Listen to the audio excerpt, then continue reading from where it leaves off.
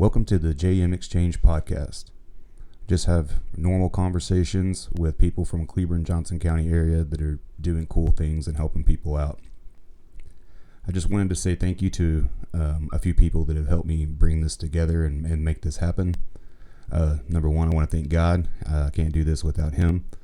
I also want to thank my wife. She's given me great support and stayed behind me through this whole thing, and also family and friends that have given me support too.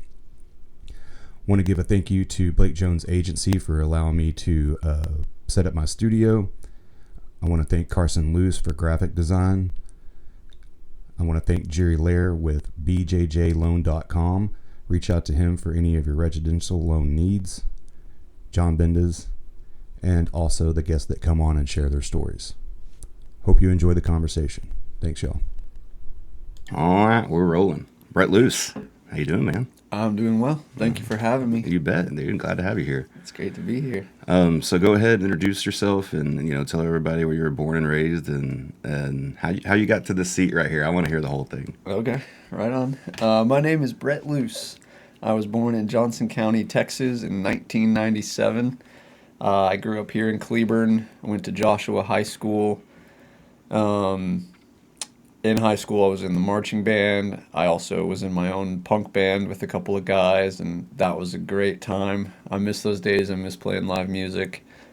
And then after I graduated high school, I moved up to Denton and went to UNT. And I started out as pre-dental. I thought I wanted to be a dentist, but after shadowing some folks and learning, a lot of these guys, it kind of broke my mind for a little bit. Like, none of them were really happy, and it seemed like they were doing it for the money, which is why you do it. But at that point in my life, I was like, I don't want to go down this path. So I switched majors. I was going to the Outdoor Pursuit Center in the Rock Wall at UNT, and I made a lot of friends. And I made friends with this professor climbing one day, and she was like, you should come over to my department and study geography. And I was like, that's a great idea. I think I'm going to do that.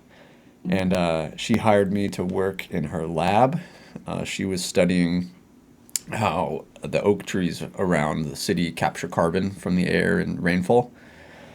And so I worked for her lab and helped her do that stuff after I switched my major. I got a grant from the university to do my own research, and I was riding my bike around Denton every morning collecting air samples.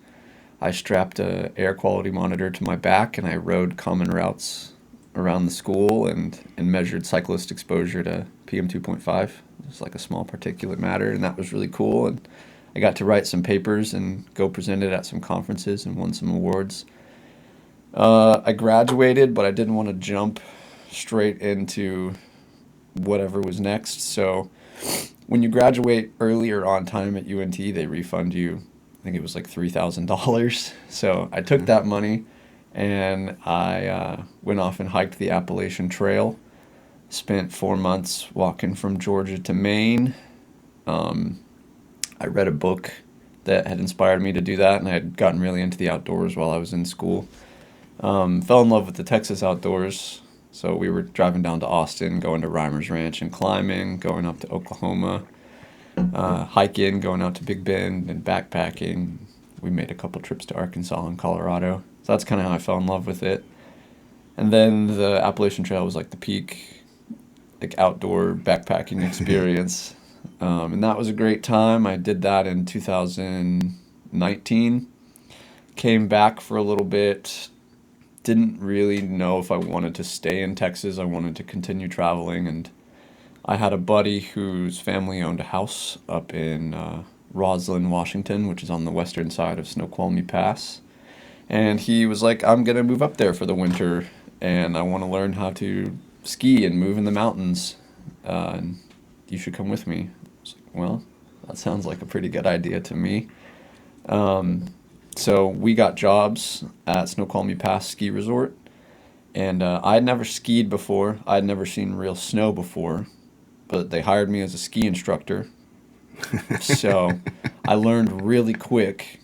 And what was cool is whenever you're around professionals every day, doing it every day, you get really good really fast, because especially at this resort, the culture was you go and you work and you teach the kids how to ski, and then they have night skiing there, so we would ski until 9 o'clock at night. That's cool. Every day. And you just go out with the guys who've been there forever and know what they're doing, and you learn real quick. And I was up there until COVID hit and shut everything down in 2020. And we road tripped back to Texas and laid low for a little bit, but I'd been offered a job as a guide in Alaska. So May of 2020, I packed up and went to Alaska and spent a couple summers up there guiding on the Matanuska Glacier, just kind of taking folks out, doing ice climbing.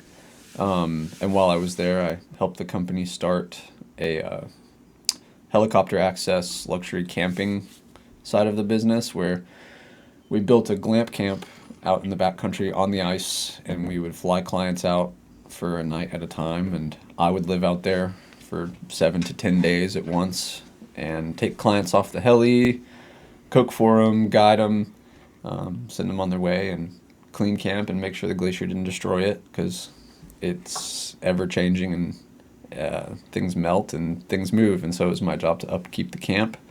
And I did that for 2 summers, and in between I went back to skiing. I spent some time in the Grand Tetons at Grand Targhee Resort as a ski instructor. But in Alaska, I met a girl, and we were kind of done living the seasonal life. So we decided the best place for us to move would be Albuquerque, New Mexico, so she could finish school and I could be a little closer to home. And honestly, Albuquerque has, out of all the big cities, I think it has the best outdoor access in the country. You can argue like Seattle or Salt Lake has better access, but I think as far as year-round, doing everything you want to do, Albuquerque is perfect.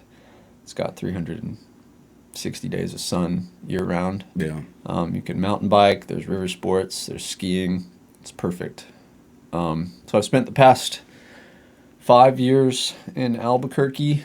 While I was there, I kind of found my feet by working at some hotels doing hospitality. That's what I have like a bit of a background in, but I worked for Fidelity for a little bit and then got tired of the corporate mess and really knew what I wanted to do was start my own business. So my partner and I, we started Enchantment Glamping Co., where we purchased a fleet of 5-meter white canvas bell tents, and we traveled around the Southwest setting them up at music festivals, events, private retreats, things like that. And we did that all the way up until 2025, when we decided to sell the business and kind of develop professionally in other ways. I do think eventually I want to own my own business again. I like working for myself. But after we sold the business, I went and got a job at a large corporation that manages event facilities. So I work at the Albuquerque Convention Center right now as an event manager, and I put on big shows that roll through town year-round. The next big one we have is the Lowrider Super Show. So that one's a really cool one to see, all the old Impalas and Nice. guys that have tricked out their old cars. We do concerts. I'm specifically in charge of all the sporting events. So I just did a massive judo tournament in one of our halls, and I run the baseball facility out there as well. And that's been a great experience, but I think I'm ready for a change. Ready to try something else out, maybe move a little closer to home. And that's where I am now. All right, man. Nah, you've had a really interesting life. So it's sounds like a lot of fun. Yeah, it's certainly been special. I've had a lot of great memories made with fantastic people and gotten to travel all over the country. And I wouldn't trade it for anything. So let's talk about the Appalachian Trail, man. So when did you start that journey? Well, if you want to get really into it, I guess it started when I was a kid and got familiar with the outdoors, going to Cleburne State Park with Grandma and Grandpa and Mom and Dad and me. We would go out there for weekend camping trips, and I remember doing weenie roasts and my grandpa cooking on his little charcoal grill and hiking around with Grandma. She's so cool, man. One of my earliest memories that I actually remember going on a hike was with my Grandma at Cleburne State Park. and we just bushwhacked up the steep, loose limestone hill, I and know what you're talking about. we hiked along the border, like next to the fence, and she just trucked along, man. She's a tough cookie, and that's kind of how I became familiar with the outdoors and fell in love with it, and then slowly after I graduated high school, got more and more into it, especially through the rock climbing wall at the university, and they had a free library there in the Outdoor Pursuit Center at UNT, and I stumbled upon a book of this woman who had hiked the Appalachian Trail, and it really, really inspired me. And I knew it was something that I had to do, so I started doing smaller backpacking trips. My first one was the Eagle Rock Loop in Arkansas with a couple buddies, and then I wanted to go bigger and do the Colorado Trail in Colorado, and got two buddies together, and we went up and did about a quarter of the trail from just past Silverton down to Durango, so the end of it. That was my first longer experience. How many miles is that? It was a little over 100, so it was a couple days out there, and that was a really great experience. It was my first time like recreating at altitude, and so I have a pretty crazy story about that. We drove to Durango, and we were broke college students. We didn't want to pay for a hotel, and we drove up in my buddy's Toyota Camry and decided just to sleep in the Camry, three dudes. We parked in this neighborhood in Durango, Colorado, and we'd driven up from 700 feet here, and now we were at 6,000, 7,000 feet. None of us could sleep because we'd close our eyes, and we wake up like unable to breathe, and we had to get out the car and walk around a couple times at night. And so we just had an awful night's sleep before starting that trail. So that was really, really cool and really fun. I didn't know what I was doing, and we were a little too cocky to. We did not know. We knew how to backpack, but we didn't know how to manage risk in the outdoors yet. And so we put ourselves in a couple situations that were a little questionable, and running along ridges and lightning storms. And I don't glorify that at all. I think you should practice a little more caution and risk management when you're in the outdoors. But I learned really quick. And luckily I had taken a wilderness first responder class, and I had like a basic knowledge of what to do in emergency situations, but still found myself in emergency situations that weren't good. But after that was a big learning experience. I tuned in my gear, and it was right after I graduated in December of 2018 that I really started getting serious about it and making plans. I went to Mexico for a couple weeks to climb and camp down at Potrero Chico in Hidalgo, and that was a beautiful experience. I just wanted to get out of Texas right after I graduated and get ready for the trail. Came back after Mexico, packed up my stuff, and me and my friend, whom I learned she wanted to do the trail as well, and we connected over that. And we had wanted to do separate hikes. She wanted to go a little slower and enjoy the trail culture more, and I wanted to more so push myself. So we knew we weren't going to stick together, but we had planned to start together. We got bus tickets from here to Atlanta, and we rode the Greyhound together, and we started the trail together in March. I think it was March 30th of 2019. We hiked for a little while together, and then went our separate ways. I wanted to go a little faster, kind of push myself, do a little more mileage each day. So we split up, and that was the beginning of my journey there. We started in Georgia, and we went north, which Georgia is really beautiful, and I would love to go back and do some more hiking there when it's not still winter. Yeah. It was cold and wet. The trees didn't really have leaves yet. It rained a lot. I was going to say it rains a lot in Georgia, doesn't it? It rained a lot, and it was cold. So that beginning part of the trail was really brutal. But continued hiking, and I came up, I think I had just done Blood Mountain. And when you come down from Blood Mountain, there's this really cool rest stop next to the road, and they cater to hikers, and sell frozen pizzas and they'll heat them up for you. So I was sitting there eating my frozen pizza, and this crew rolls in, and it's 3 people, and I'm like, these guys, they've got cool backpacks, they've got like all the nice stuff, they look like they move fast. One of the dudes was wearing a Shimano hat, like from bikes. I was like, these guys seem really cool. So I started talking to them, and they headed out, and I finished my pizza, and I was like, kind of want to catch up to them and see what's going on there. So I hike out and I find where they're camping that night, and I get to know them a little bit better. And I think what had happened was the person that I started with, her trail name was Clementine. She had caught up, and so it was raining a lot, and her and I decided to get a hotel room in the next town, and we went out and got Mexican food and margaritas, and I was like, hey, I'm going to try and catch up to these other people. Like, it's been nice hiking together. I think we want 2 different trail experiences, though. So the next morning I left, hiked over 20 miles, and finally caught up to this crew. Everyone's trail names were Moron, Snowbird, and Forest, and they were a cool bunch, and so I really clicked with them and started hiking with them, and it was a wild experience from then on.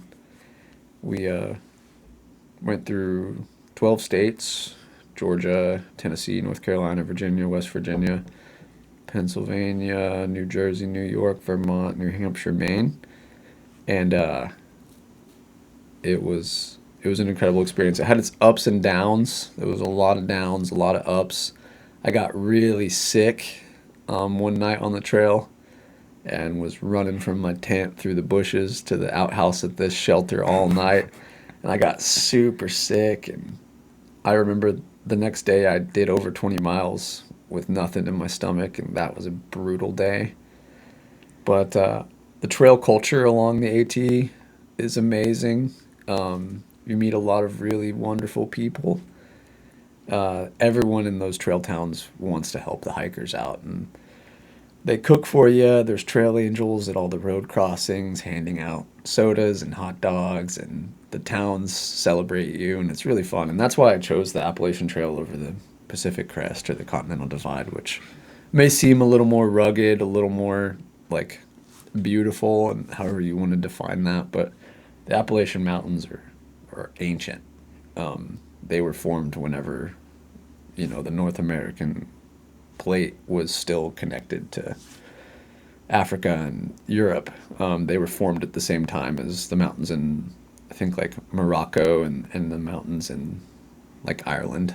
So it's the same mountains, and they've just eroded. They're old and wise and beautiful. And the culture out there is really pretty as well. I will say it's very wet. There's lots of bugs, so that was that was a challenge. But I mean, hiking in the rain is cool too. And yeah. How many miles was it?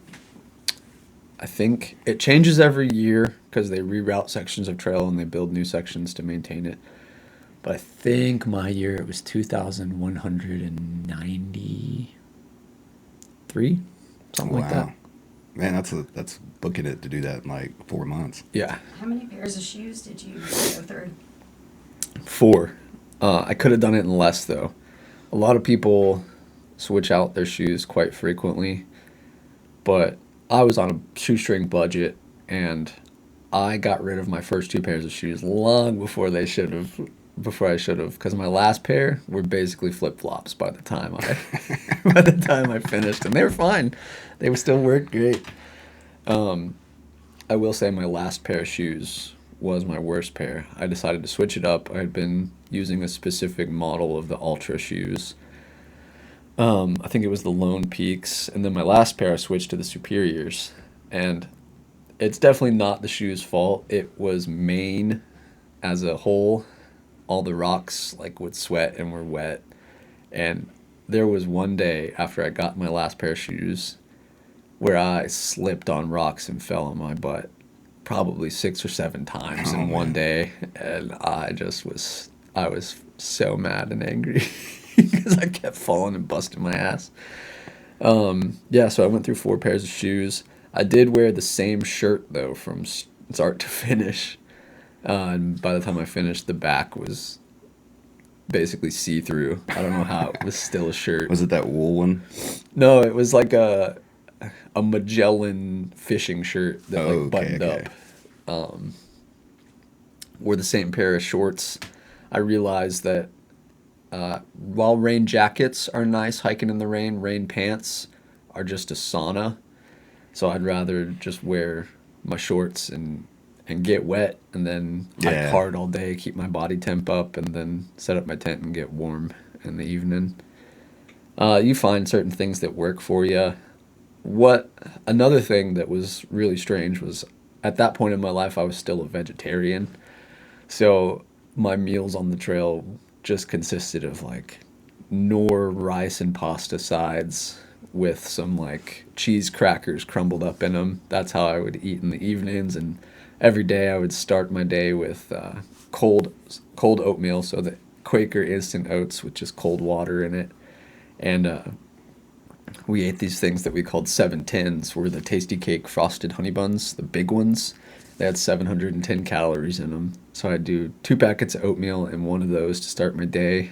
Didn't really eat a lunch, just kind of snacked throughout the day, and then I'd have my pasta side or cold soak ramen Yeah. at night to kind of keep my calories up.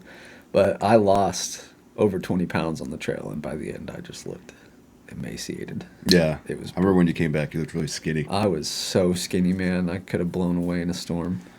It was kind of nuts when we did Philmont. Yeah, they were all like, because I never really ate breakfast or lunch. Like maybe every now and then I'd have a beef jerky stick or something like that, and I would only eat dinner. And they were At like, Philmont or yeah, just at Philmont. Okay. And yeah, but I lost like 20 something pounds in 12 days. In 12 days. Yeah. Dang. That's crazy. Yeah. What would you eat for breakfast on those days? Because I assume Usually I wouldn't. I would usually just like maybe during the day if I got a little hungry, I would just like take a beef jerky stick and eat it. How did those trips work? Were you guys responsible for all your meals, or would They gave it to us. They gave it to you. Yeah, we had every so often where we would go through a camp, we'd have to go and pick up our food and divvy it all up. Yeah.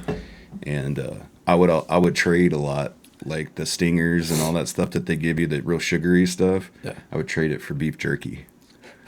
Well, that's why you lost weight, man. You weren't eating any carbs. Yeah, well, I was, but it was only at nighttime because everything was a pasta or something like that. And but yeah, I don't know. I'm a meat eater. Like I just would crave protein because Yeah. I would eat if I ate a carb or ate one of those stingers, I was just hungry again. But I would eat a beef jerky and then I would be fine for hours. Interesting. Yeah, it's just I guess my body. You guys did 12 days? 12 days, like 70 something miles. Cool. Do you remember what camps you went to? You were at Philmont too. Mm-hmm. I don't. Man, I'm trying to remember now. We went to where we did like archery. We did. We went to one where you shot the old black powder rifles. Yeah. But all of them were messed up. They were all broke, so we didn't get to do that. We hiked Mount Philmont. Did you get to do Baldy? We didn't get to do Baldy. Okay. We did the Tooth. Cool. Tooth time. And that was pretty scary, I'm not going to lie. So Scrambling up those rocks. getting up wasn't the problem. It's coming down. It was coming down. That was the problem. One of the scout leaders' wives actually had a point where she just like locked up and kind of had a moment and was just bawling for a few minutes. Really? Yeah, we had to like calm her down and like, come on, you gotta come down. Like you can't just stay there. And but it was, I'm not gonna lie, it was pretty scary. Yeah. I mean, it was one of those days where it was really, really wet. Yeah. So all the rocks were really slick. And when we got up there, you're just in the clouds. Yeah. And but yeah, I remember that was pretty scary. That's cool. I want to hear about Tooth time is your sweet. time at Philmont though, because you had an event there when you were there, Yeah. like a big event. Yeah. I went in 2018. I didn't know what I was going to do that summer, and I was looking for like a cool place to go and work for the summer months in between school semesters. And I have a friend who whose father was really high up in the Boy Scouts and like ran Philmont. She lived at Philmont for most of her childhood and in Cimarron. That's where she grew up. And she was going out there that summer and she was like, I can get you a job. I was like, word, I'll take whatever. Well, there's a job open at the climbing camp. Perfect. In Cimarroncito, yeah. And I was going to go out there to be a climbing instructor. Drove out, we went through all the training and they taught us all the anchors that we needed to know and how to deal with the scouts. And we learned about like what life at the camp was going to look like because we live out there. We live in the backcountry all summer long. And then the first day we went to camp to start prepping, that was the year of the Ute Park fire, which was just on the other side of the ridge over in Ute Park, which is the pass that goes from Angel Fire to Cimarron. And we saw the smoke rising up over the hill, and it got bigger and bigger, and they evacuated us out as the fire was coming towards us. Like, we could see the flames. They drove us out of the backcountry. We were at camp that night, and we just watched the fire creep over the mountains towards camp, and there was this huge plume of smoke. And they had like taught us how to cut like fire lines just in case, but the fire was coming towards base camp, and so they evacuated us to Springer, which is a town nearby. We spent about a week camping at the fairgrounds in Springer, and we did some like community service projects, cleaning up the town. And they eventually got the fire under control, but I remember there was a point when there were some unaccounted for groups before we had to evacuate camp, and they gathered all of the wilderness first responders that they could find, and at that point I was certified, and went out in the backcountry while this fire was moving through to try and find these unaccounted for groups. Wow, so man. that was a wild experience. But yeah, we went back after the fire had been controlled a little bit, and instead of working at the climbing camp dealing with scouts, they canceled the season, and they said, if you guys want to stay, you're welcome to. We'll still pay you to do timber stand improvement. And so that summer, I transitioned into a timber stand improvement role and would go out into the backcountry at 5 days at a time and cut down trees and make slash piles. That's what I did for 3 months. But it was fun because it was a very, very different season. It was the first time that Philmont didn't have thousands and thousands of scouts rolling through it all summer long, so it didn't have that economic impact. So there wasn't a whole lot of money, but it was still a great time. And instead of getting my one off day with one or two other people every 7 days, every 5 days, I got an off day with all my friends. So we spent the summer working hard and then driving around New Mexico and Colorado and bikepacking and climbing, or backpacking and climbing and hiking all over. Did a lot of 14ers that summer and saw some really beautiful things. Got a lot of rock climbing in. What's a 14er? A 14er is it's a mountain that's over 14,000 feet. Oh, okay. And there's only, I actually don't know the total. I think it's like 50. And I think I've done 10 or 11 of them. Some of them are incredibly hard, like require lots of technical knowledge and climbing skills that I didn't even want to attempt. But we did a lot of the ones that were super accessible.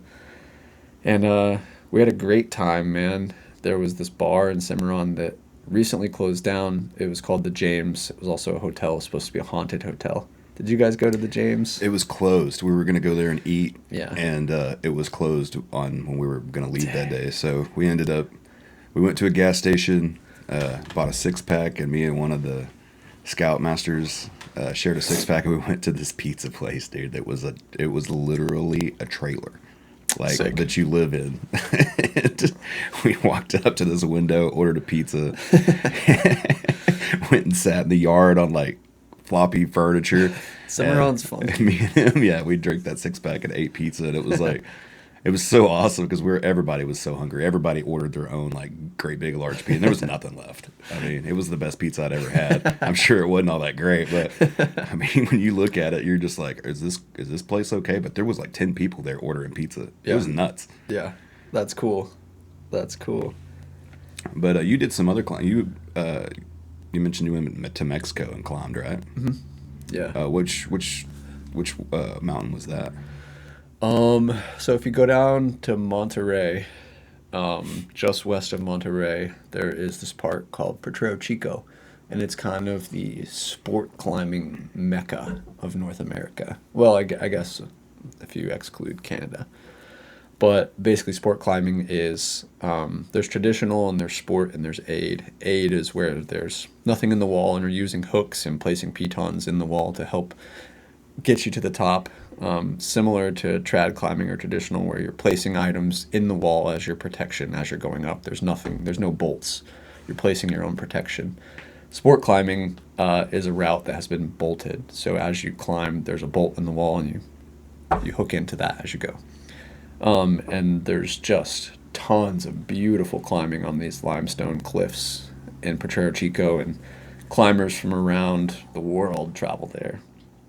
And there's lots of camps, and we went for New Year's Eve, so really nice weather. We stayed at this camp, and there were people from all over, and there was a DJ New Year's Eve night, and we just danced and partied and climbed and did some pretty incredible, like, big routes on some beautiful rock and ate some fantastic food. It's cool because you can walk from camp into the canyon and then you do your climbing for the day and you come out and there's these like taco stands where you can get like beer and tacos as you're finishing your climbing day on your way back to camp, and that was super cool. And a big group of us went. It was like 7 or 8 of us from Denton that all went down. Right on. But me, my friend Jose, Maggie, and Claire, we drove to the border and we walked across the border into Nuevo Leon. And what was it? Yeah. And Jose had a cousin from Monterrey who drove up and picked us up and drove us that's back cool, down. yeah. Yeah, it was really cool. But Nuevo Laredo, that's what I meant. But yeah, walking across the border was an experience for sure. Walking back because his cousin drove us back to the border, and it was like a Saturday night and everyone was out in Nuevo Laredo, and he was like, you don't want to go down these streets, you don't want to like walk past these people here. And he parked his car somewhere and was like shuttling us through the city, and he was like, at one point we turned to go down an aisle and he turned us around and like rerouted us because he didn't want to walk down a certain street. Oh, wow. But he escorted us back to the border, and we walked across and through customs. It was a crazy experience. We had all of our like big backpacks on. We looked like total tourists.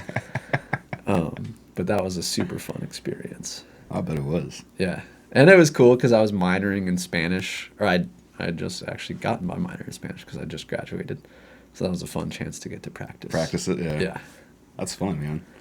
So when I want to hear about the skiing thing. So you got hired on as a ski instructor and you have never skied before in your life. Yeah. How did that go? Yeah. It was funny, actually. I remember, where was I? I took the interview in a Burger King. Originally, I was going to work any job I could, a dishwasher, a shuttle driver. I think I applied to be a shuttle driver, and that's what I initially interviewed for. Then the guy was like, I need a couple more ski instructors. Like, would you guys want to do that? And I was like, yeah, but like, I don't have any equipment. I've never skied before. And he's like, oh, it's no problem. It's no problem. Yeah, that's not a problem. Okay, no sure. experience necessary to teach people how to ski. So yeah, we drove up with no snow gear. I remember stopping in Portland, Oregon, and buying a nice ski bib and jacket, and we showed up and they got us rental gear for the season, and I was teaching people how to ski on rental gear. I remember my first lesson was just some little kids, pizza french fry on the bunny slope. It's easy. Like, you teach them how to stop, basically, their very first day on skis. And I remember my first lesson, we went out with a coach, and you get the pizza french fry thing relatively easy, but then you got to figure out how to turn. And I could kind of turn myself, and he was like, all right, cool, let's go up. And every day before classes start, all the ski instructors will do a lap together. So we all ride up the lift, and everyone just takes off, just bombs down the hill. And me and my buddies are standing there looking at each other going, what the hell? How are we supposed to get down? And they sent us down a blue for our very first time. And I just remember crashing and eating so hard so many times where I was like, this sucks. This is not fun. Losing control, like just flailing. But, you get it after a little while, and you can kind of turn yourself in that pizza position, and then you transition into parallel skiing and learning how to stop that way. And it comes fast when you're doing it every day. Yeah. And you pick it up, and it was strange because I remember teaching adults before I could parallel ski, and I had no business teaching people how to ski at that point. And I could kind of tell that they didn't really know what they picked up on. I didn't really know what I was talking about. But I had a lot of great coaches and learned relatively quickly. And then by the end of the season, everything was great. And I was actually a decent coach, I think, because I think whenever you learn in an environment like that, and then you're teaching, you can communicate more effectively, like what it actually feels like to go from doing it wrong to learning and doing it right and getting the right technique. But that was a crazy experience living in Snoqualmie, and it was fun because we'd night ski and we'd drink and hang out, and we'd always do this thing called Mission Mondays. We'd on Mondays, everyone who was off would go out to Wenatchee and ski Mission Ridge because we could get in for free, and it was just fast skiing, man. They had great groomers, and it was a bit of a party. It was reckless, but there'd be a mob of us, like 15, 20 people deep, bombing down these runs at Mission Ridge, and no one's there on a Monday. We had the whole place to ourselves, so it was wild. And Mission Ridge is still one of my favorite places to ski. But on weekends and off days when we weren't skiing, we'd drive around, we'd go bouldering, we'd rock climb. We got into backcountry skiing once we became a little more competent. We'd go out with folks. I got my own boots and backcountry setup, and there's a lot of risk management involved, and you have to learn how to navigate in the backcountry and assess avalanche risk and snowpack conditions and stuff. But yeah, that was a really awesome experience. I got to do Mount St. Helens while I was there.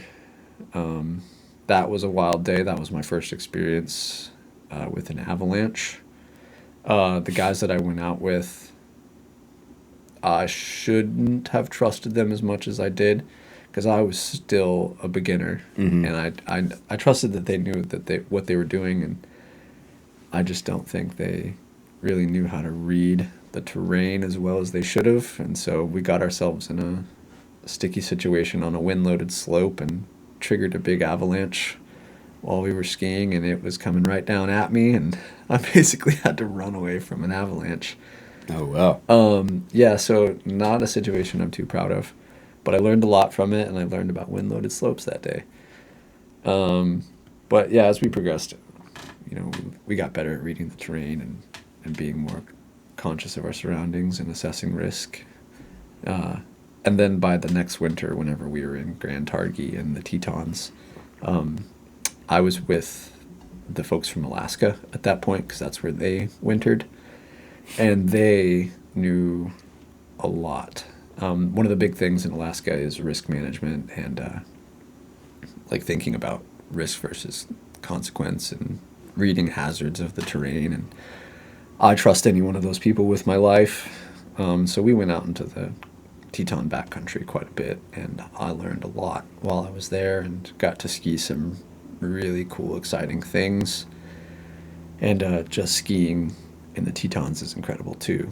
Grand Targhee specifically gets an insane amount of snow, and it was slow at first, kind of through Christmas, but then it just started snowing and didn't stop. So like every day was a powder day, and I got used to skiing deep snow, and I was teaching the more advanced classes, and it was just a ton of fun. But it was cold, man. It was like below zero cold. And the people from the small town where we were super cool.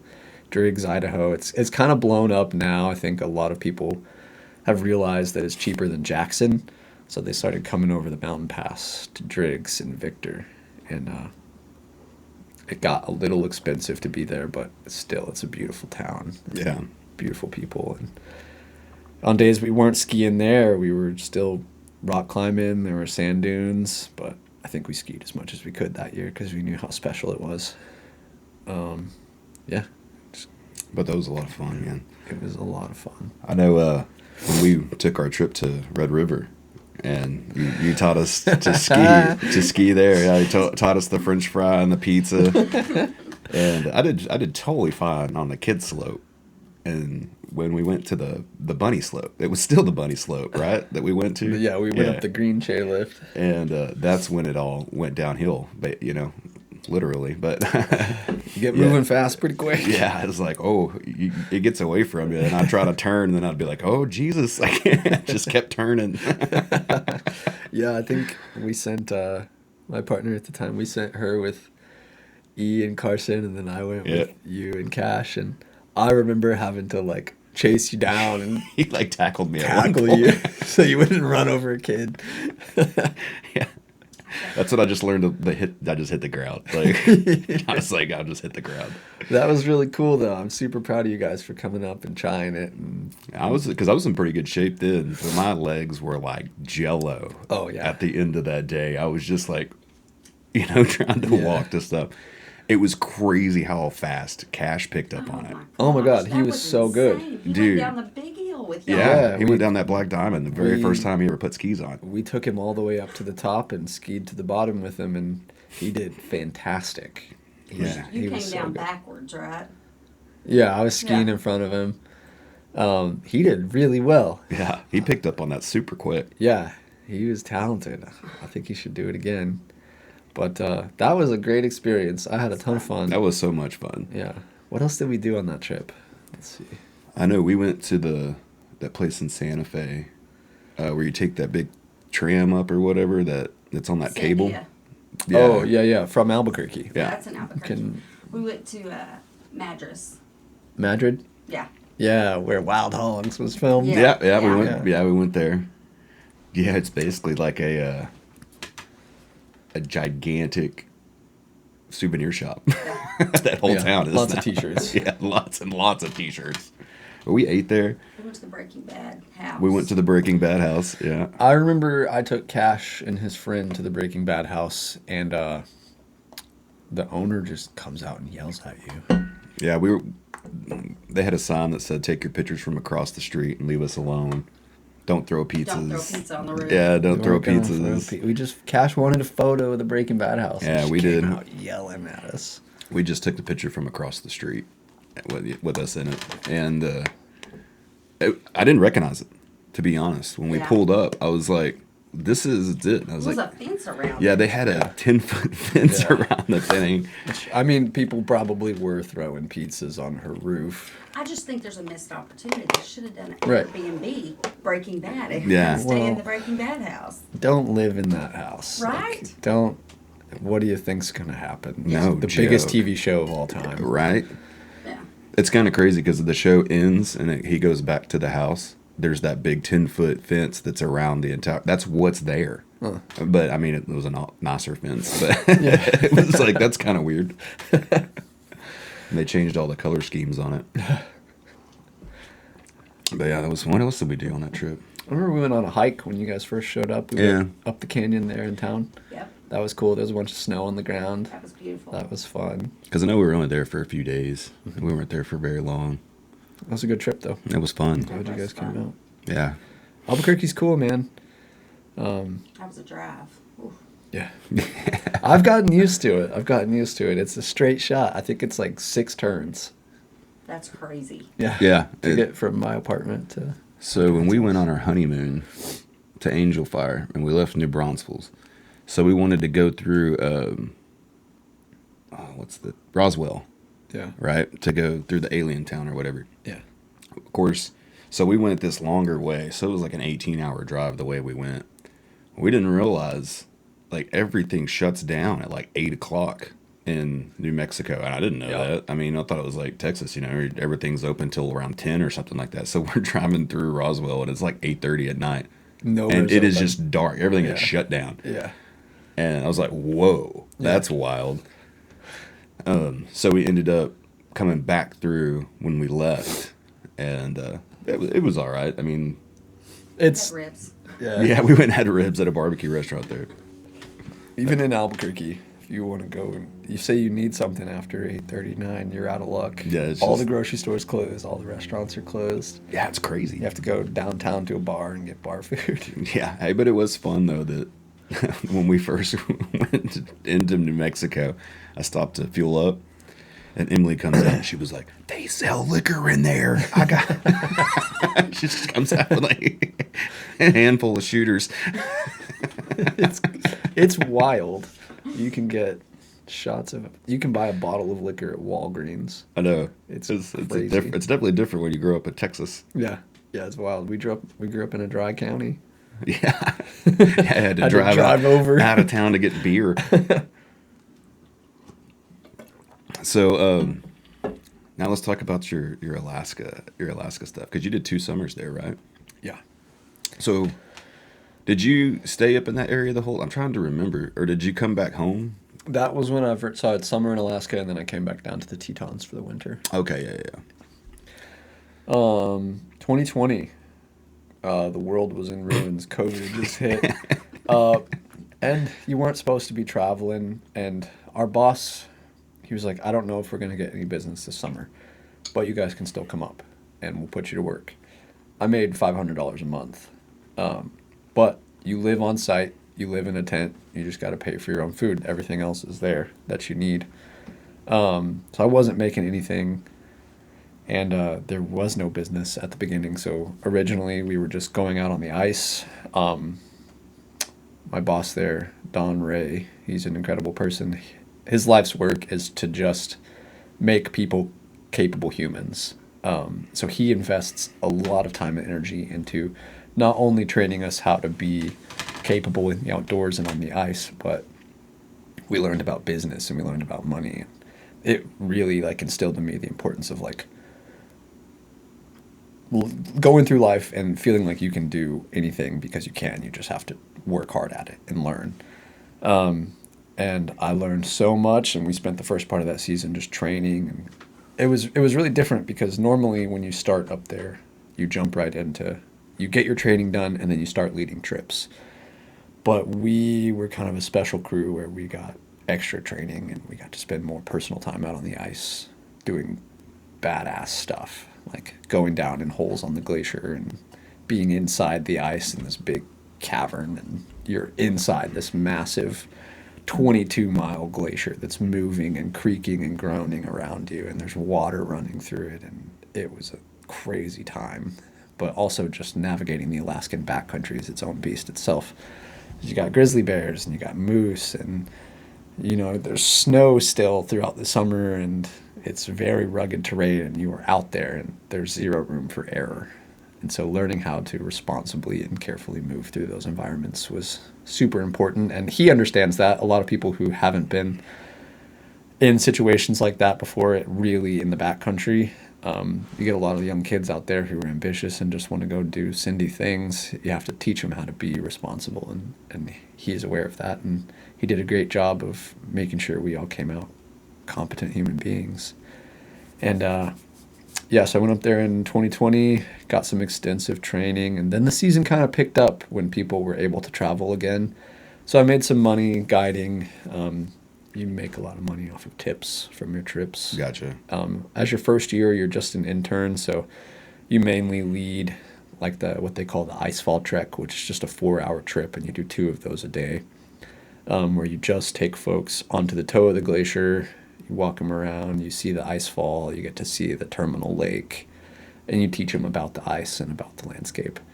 And then you know, as you become more comfortable and you learn like about the glacier itself, you have to read your clients, because sometimes you get folks where it's you walk to the ice fall and back, and that's a badass trip to them. That's all that they can do because they've never been off a sidewalk in their life. Yeah. But then sometimes you get more fit people who are a little more competent, and you can explore more and take them to cool places. And eventually you kind of realize that as long as you're doing it in a well-managed way, you can have a ton of fun out there as a guide and just take people to places you've never been and explore with them. And so that was really cool. And then I got to shadow a lot of the more advanced trips, and the world was still kind of shut down. So by the end of that season, we all decided that we wanted to go to the Tetons and ski. And then I came back in 2021 as a senior guide, and got to lead some more of like the advanced trips where we would go out for a full day and go into the backcountry of the glacier, and got to take people through canyons and drop them down in holes and really explore like the cool features of the glacier. And then I led some ice climbing trips as well. But that was the summer when the company developed this product where we would fly folks out onto the glacier via helicopter, and we had built like a permanent luxury camp back there. And so I got the title of camp manager, and I would live back there for 10 days at a time, get flown out on the heli.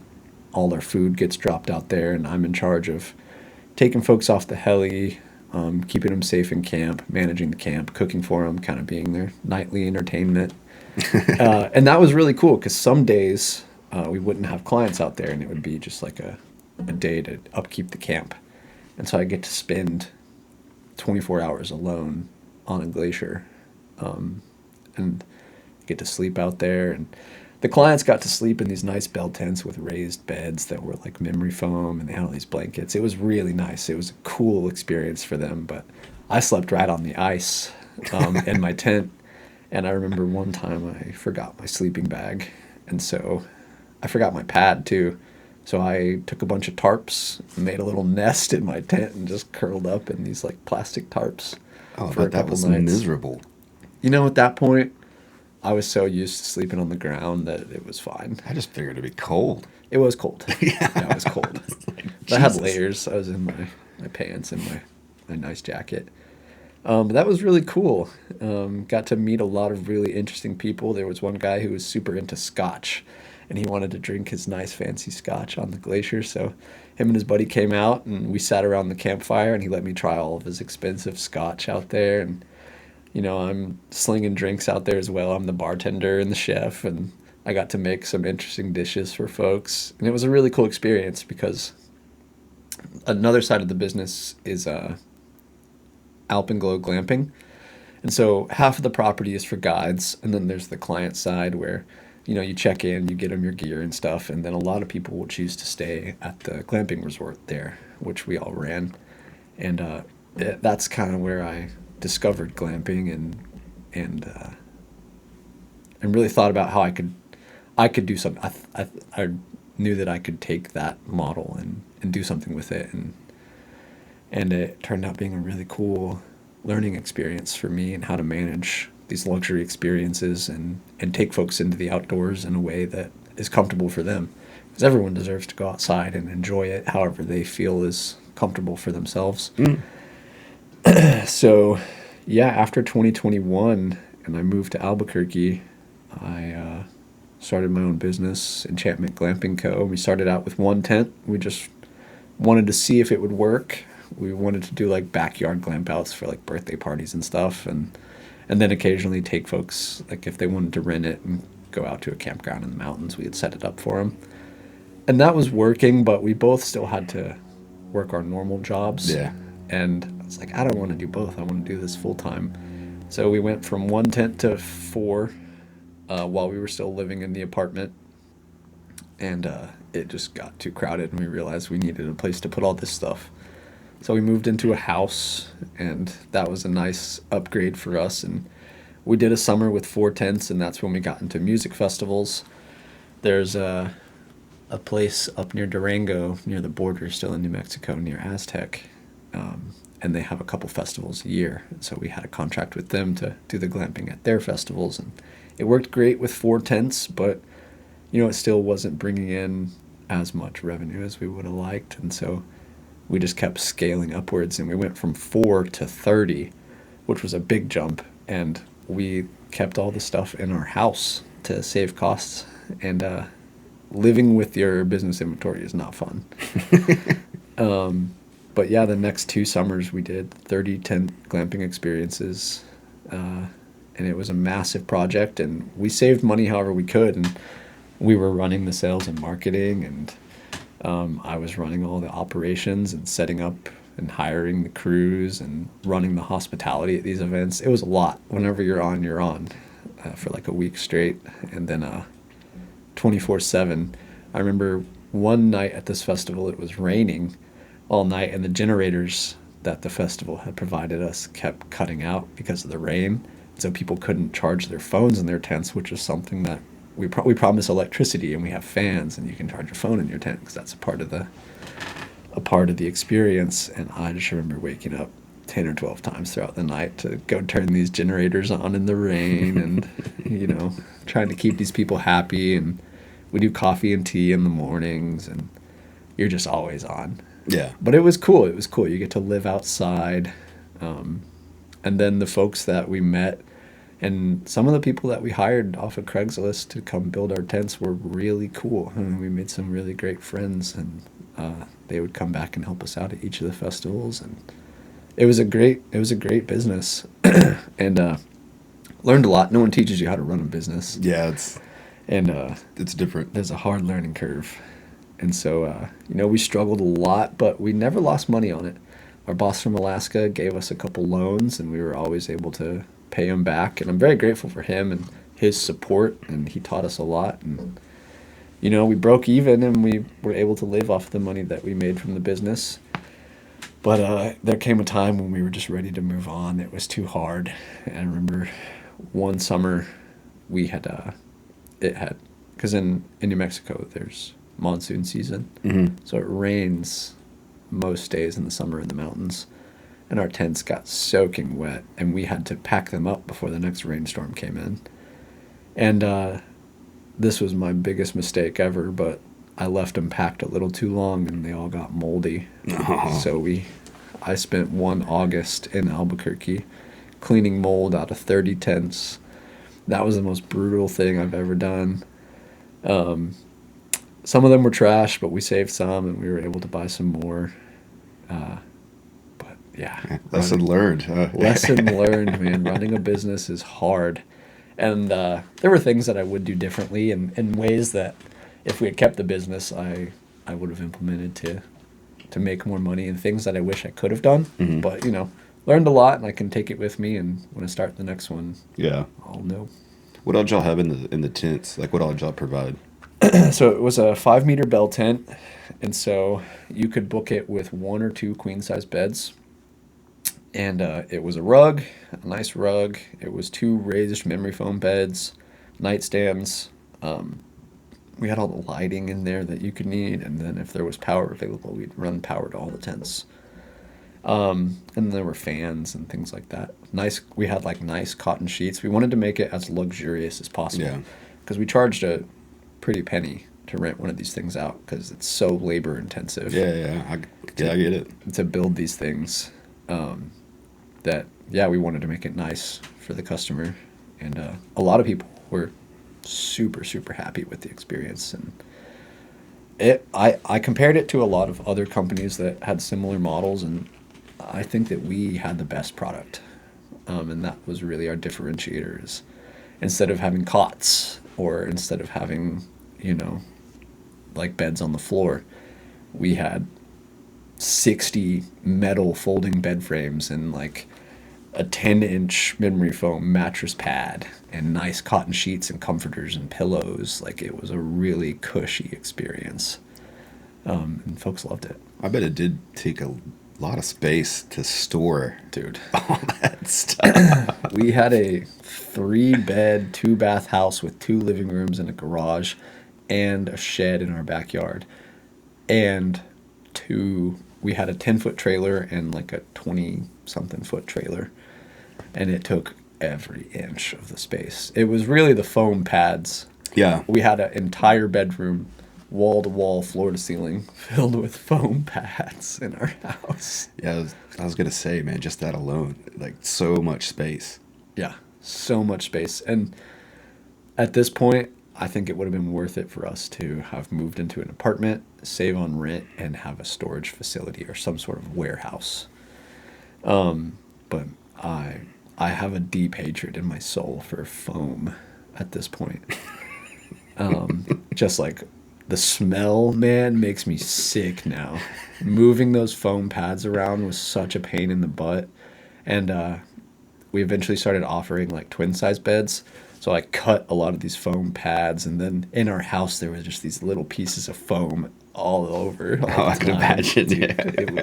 it was brutal. So you said you had 2 trailers. Were you having to like make multiple trips sometimes to? No, so for the smaller events where it was just a couple tents, I could fit it in my 5x10 covered trailer and pull it with the truck. But we made a trip up to Minnesota. My partner's family, they were super into horses, and they had this big horse trailer for us that they were going to let us use. And so we made a trip up there and drove the horse trailer back down, and we were able to use this horse trailer for a lot of it, and that fit most of the stuff. But on our big 30 tent events, we would do the horse trailer plus a super large moving truck. Oh, okay. Like just rent a U-Haul or We something. rented a U-Haul. And so we'd have that thing parked in front of our house, and our neighbors are like, "Are you guys moving?" No, we're just doing another glamping event. But it would take every inch of that space too. Like I got really good at playing Tetris with all of our stuff and getting it to fit in these massive trucks and trailers. And just like the manpower needed to get all the stuff from our house into these trailers, up to where it needs to go, and then set it all up, run the electricity, make the beds. It was so many hours of labor, even for like a crew of 6 or 7 people. And then, you're hiring these folks off of Craigslist to come and do it. You don't expect them to do it perfect or do a good job. So you have to take on that responsibility as the leader to go back through and like quality check everything. And I had worked in a couple hotels at that point, so like I was making the beds like super nice. Like it looked as if when you walked into your tent, you're in a hotel room. And then we tried to provide hotel level customer service as well. That's awesome though, man. I bet that was a good time. It was good. There were a couple very miserable days taking these tents down in monsoons and in the blaring heat of New Mexico, where you're just sweating. You're trying to make these beds like really luxurious and nice for the customer, and sweat's just falling on these nice white sheets. And then, sand and dirt getting in it. And a couple of these festivals that we did, you guys have been to Larry Joe Taylor. Oh, yeah. You know what happens at music festivals. Yeah. Some of our tents got trashed, man. There's people going in and tracking dirt and spilling booze and throwing up and just trashing the tent. But overall, it was a fun time. Yeah, I hate that we never got a chance to go and stay in one. Yeah, but I mean, I still have one somewhere. So if you guys ever want to go out, I'll loan it to you. That'll work. Yeah, but we did this. I think the peak festival that we ever ran was the Blossoms and Bones music festival at Ghost Ranch, which is Georgia O'Keeffe's ranch in Abiquiu, New Mexico. And, like the biggest, it's Lenzik 360. They put on concerts. They're a show producer and a festival producer that puts on these massive shows throughout New Mexico, and they bring all the big names in. So we did Blossoms and Bones Festival up there, and we set up in this old, like, horse pasture. It was like a corral. All 30 of our tents, and there's these beautiful red cliffs behind them, and all these amazing artists came in, and it was a high-dollar festival. All the folks from Santa Fe were there. So it was like our bougiest clientele, so we had little gift bags and everything for all the people in the tents, and there were nice VIP areas, Our morning coffee was like on point. It was a beautiful festival. But that one, Takedown, was in the rain, and in this corral where we were, the mud turned to peanut butter. And we got our horse trailer stuck. We got our U-Haul stuck. We were sliding out trying to get these tents in, and everything's muddy, and we're all mad. And tensions were high, and everyone was at the end of their rope. And we actually got trapped there for an extra day because we couldn't get out in this mud. It was brutal, but it was a really, really nice experience. Yeah, I was gonna say it's an experience though. Yeah, customers, it's in Alaska they had this thing that we had this thing that we would say where it's like a duck on top of the water. It's smooth sailing. It looks like it's just gliding across the top. Everything is beautiful for the client, but underneath its little legs are going a million miles an hour, and that's the staff, man. Yeah. And nobody tells you to when you start a business and all the hours that you have to put in, because it's not even just the fact that you had to go and set everything up and stuff like that, but then you got to take hours for bookkeeping and marketing ideas and this and that. So at the end of the day, you're making less than minimum wage probably. Oh, yeah. Yeah. Nobody really tells you that. Yeah. I mean, we were able to meet all our needs and pay our bills, but we stayed busy. It was a full-time job. And it always would make me angry when people were like, oh, how's your little glamping thing? I'm like, my little glamping thing? Like the thing that I spend 80 hours a week on? It was frustrating because we'd have friends who had jobs and they were like, when are you guys going to get like real jobs? It's like, you're kidding. It's a real job. You want some more coffee? Yeah, I'll take some. I need to probably get a better coffee apparatus. It's good coffee. What is it? It's just Dunkin'. But we moved to French press. Ooh, I like French press. So we only do French press coffee now. That's what we were doing for our glamping guests every morning. We're trying to get rid of plastics. Yeah, I would wake up at 6 a.m. and I'm on my 2-burner stove, like behind the trailer, just like bundled, because it's freezing, even in the summers, in the mornings in the desert, it's cold. So I'm out there like shivering, getting my water to boil, and you're at altitude, so it takes longer for the water to boil. And then I have to do like multiple rounds of all these French presses, pouring them into these things. It was great though. I loved it. Yeah, man, that sounds like a good time. I mean, I know that there's good and bad times, but still, when you get through that stuff and at the end of it and you're on the other side of it, you look back and you're just like, oh man, that was a cool experience, even though it sucked. But that's where I am now. It's kind of like, man, why did we sell it? Like, I understand why we sold it and all the decisions that were involved, because it was really brutal, and eventually, just financially, it was unsustainable because we weren't quite making the money that we needed to like elevate it, and like. The more that I learned, the more I realized we could have taken out a loan. Everyone's so afraid of loans, but it's a really powerful tool. Yeah, you got to kind of educate yourself to make debt work for you. Exactly. And it's not the easiest thing to do. I mean, you got to really kind of do your research about it and learn about scaling and what you can do and what you have to do to make that debt work for you. Yeah. But no, I totally get that. And there's been a lot of people that they'll get like a big loan and they become super successful because of that. Yeah. And it can take you to the next thing. But then again, it can also, if you don't treat it right, put you under. It can put you really under. So it's risk, just like anything else. I think we were so run down by that point.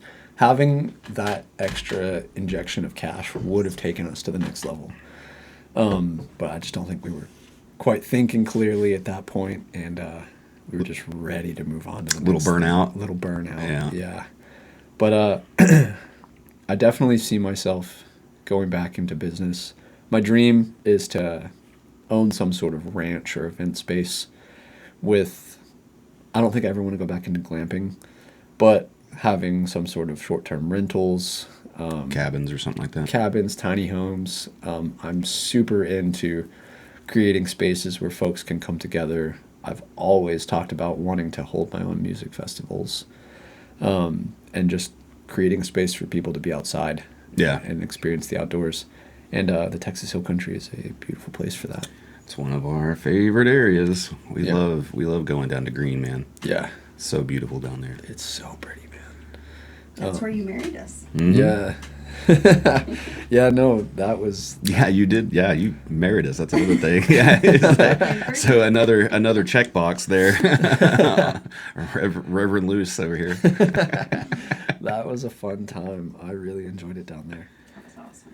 But yeah, I think the next thing for me is getting back into business. I just need to work for a little while, save up a bit of money so I can put a down payment on a property, and then take everything that I've learned and do something great.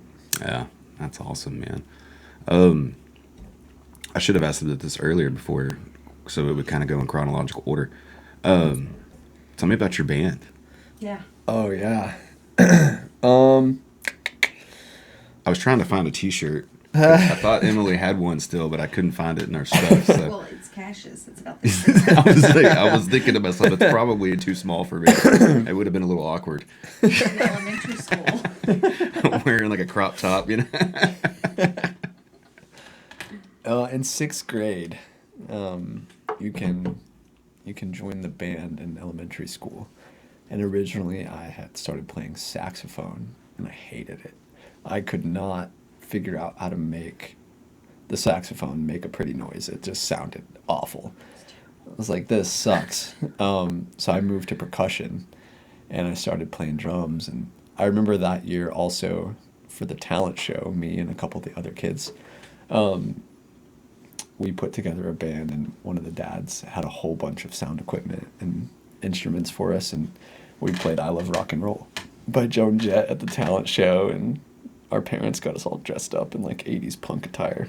It was really cool. You had a mohawk. Yeah. Nice. Had a mohawk playing the drums.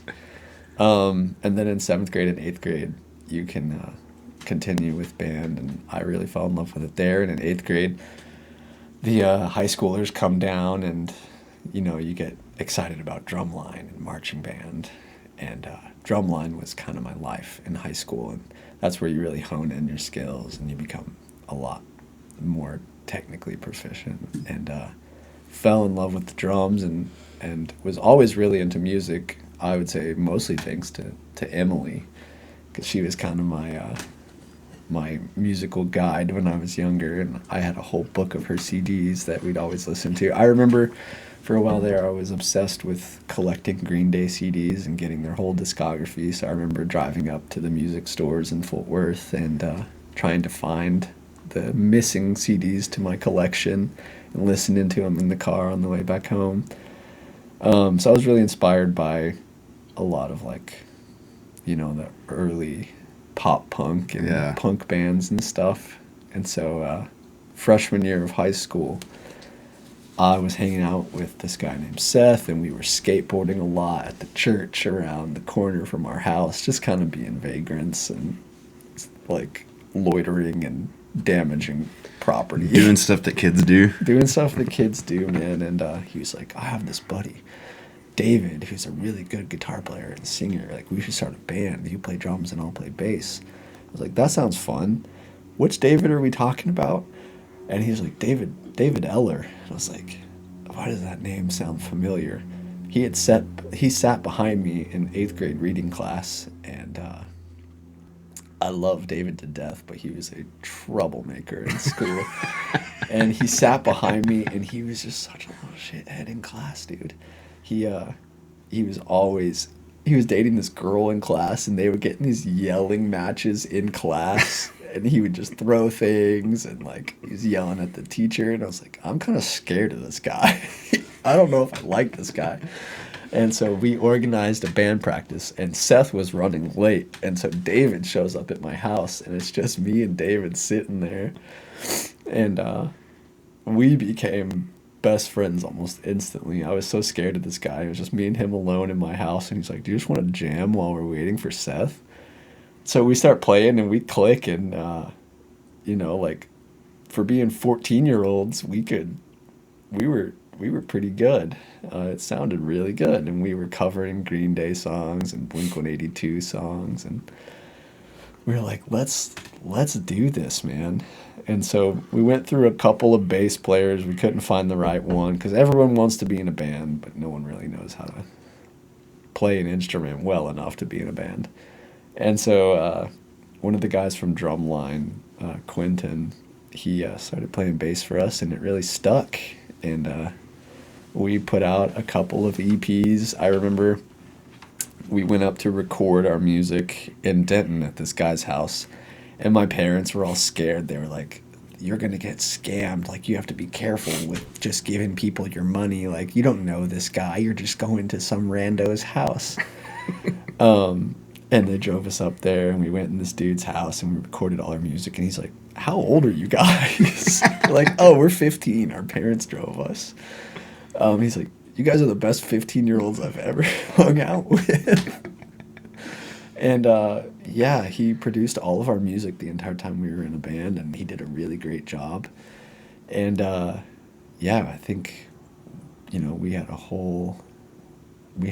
20 plus songs at one point by the end of it, and we were playing shows all over Texas, and we were at 17, 16 years old driving to Dallas and Fort Worth, and we did some shows in Abilene and San Angelo. And Yeah, because y'all played at the House of Blues, right? that was our very first show. We That's nuts. somehow got invited to this. We like applied to get into this Battle of the Bands thing at the House of Blues. It was also the most packed house we ever had because it was this massive Battle of the Bands. And So cool. we had really we weren't good enough yet to be playing live, but we made it work. And everyone came and saw us too. Like, kids from school came to see us in Dallas at the House of Blues, and it was a really, really cool experience. And we got to play a lot in Deep Ellum at Sons of Herman Hall and at the Door, and we got pretty decent. And we started writing some pretty good songs. Our first band name was Thrown Overboard. We eventually changed it to Navy Blue, based off a song from a band we all really were inspired by. And just had a ton of fun with those guys. They were my best friends in high school, and I pretty much, most days after school and on the weekends, we'd play music. We would always practice. David lives on a farm out on the west side of Joshua, and I remember rehearsing in the middle of the summer in this little bitty shed that he had way back on the backside of his property, and it's like 100 degrees in there, and there's wasps flying around, and we're just playing loud music, and his neighbors hated us. And sometimes we would like drag all the equipment out into the pasture and just play like punk music in the pasture. And it was really, really fun. And we threw a couple parties out there. We called them, we were really into playing DIY shows and like houses and stuff. And so we threw our own out there, and we weren't old enough to buy alcohol yet. So we bought like 100 boxes of Capri Sun. And yeah, we were kind of lame, but it was fun, man. We packed like 60 people in this little bitty shed, and people were crowd surfing and hanging on the roof, and everyone's squirting Capri Sun. And we had all these other bands who were our friends from around DFW come down, and it was dope. It was really, really fun. So we did that a couple of times, and we got really into the DIY scene in Fort Worth, and we were playing a lot of houses up there quite frequently. It was like most weekends we were going and playing. And yeah, we played our last show in Abilene at some like community center in a park in Abilene, and it was really, really cool. And a lot of folks came out to see us, and we had this guy who was in one of the bands that we were close with. He played guitar with us for our last show, and it was super cool. Covered a bunch of popular songs that everyone liked, and everyone was singing along. It was really dope. I remember when we first recorded our first EP, we were slinging CDs at school, trying to sell them for $5. I wanted to make money off of it. I was like, we got to sell our CDs for $5 a piece so we can pay off the recording and make money back. And David was like, no, man, we just got to give them out so everyone can hear it. Yeah. So we were selling them at first, and people were buying them.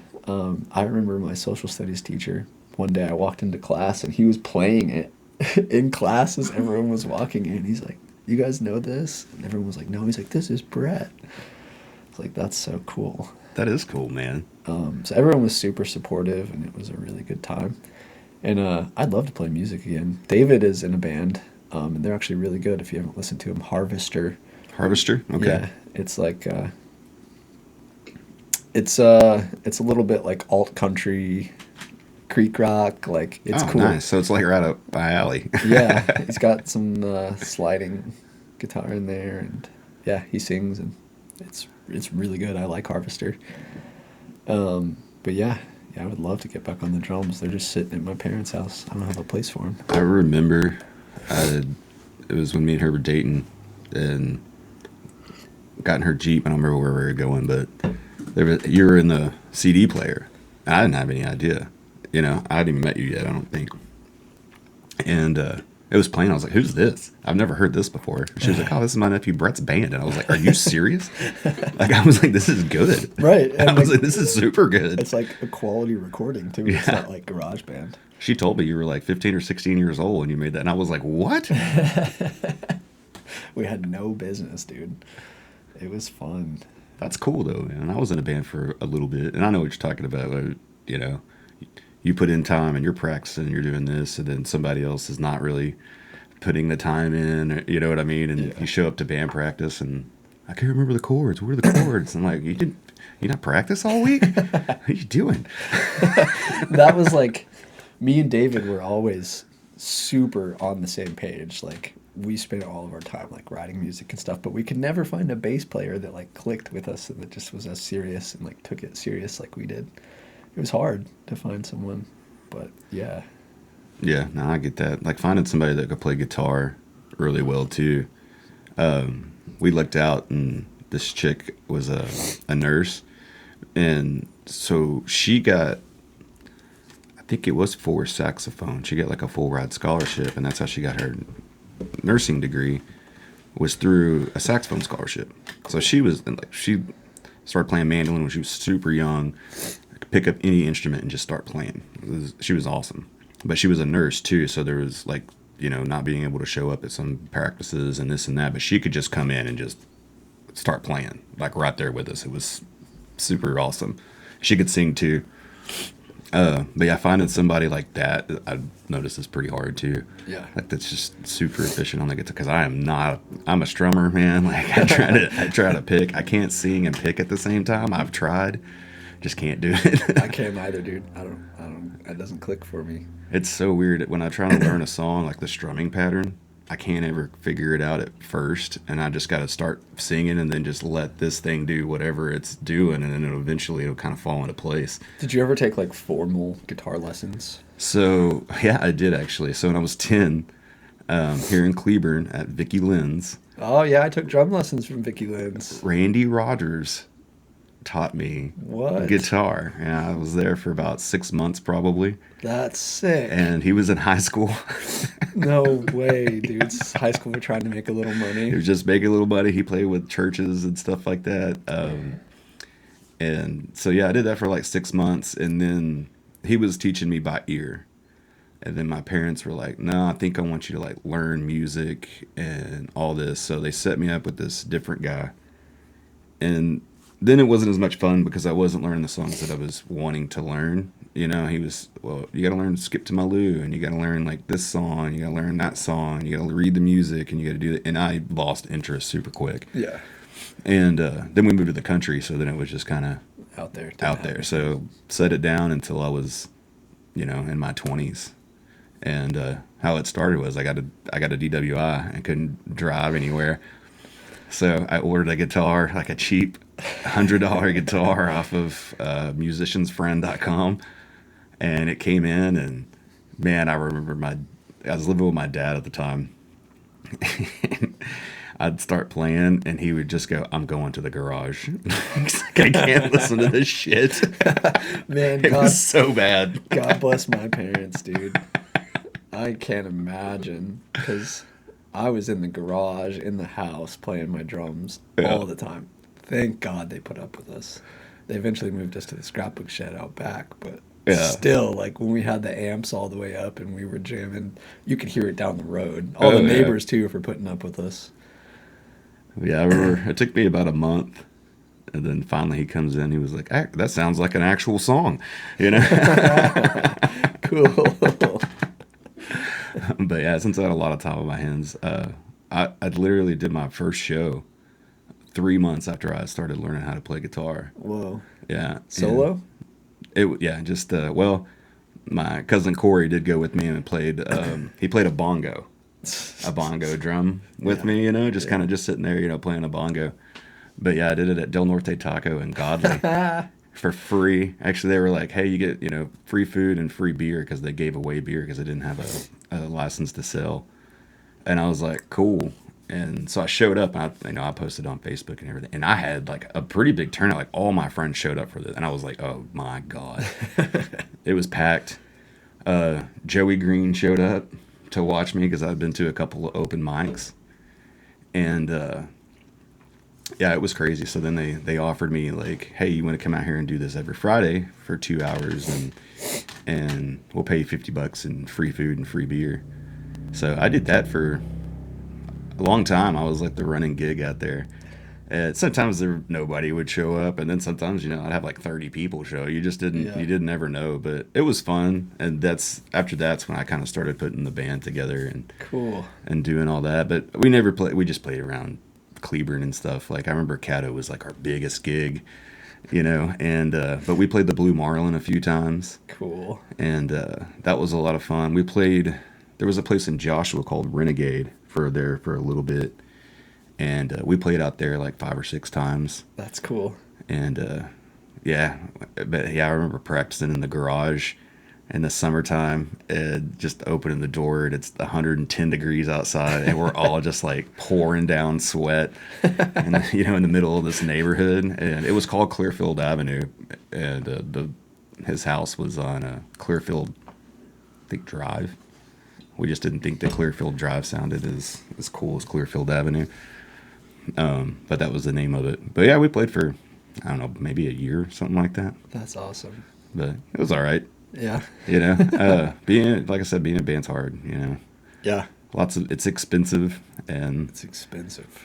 I played lots of solo gigs, lots of acoustic gigs out at places, and you know, I'd make like $150, and you know, I'd pack everything into my little Corolla, my PA, and I had 2 15s and then 2 12-inch monitors.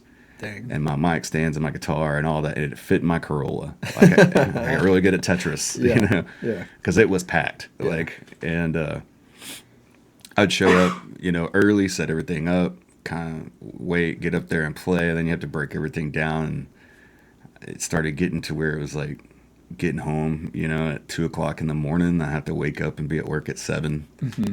And so after I turned about 27, I was like, I just can't do this anymore. Like, so yeah, I started getting old, I guess. And that's when it kind of just stopped, you know, slowed down a lot. I played. It happens. Yeah. I still play in the back porch every now and then. Got my biggest fan over here.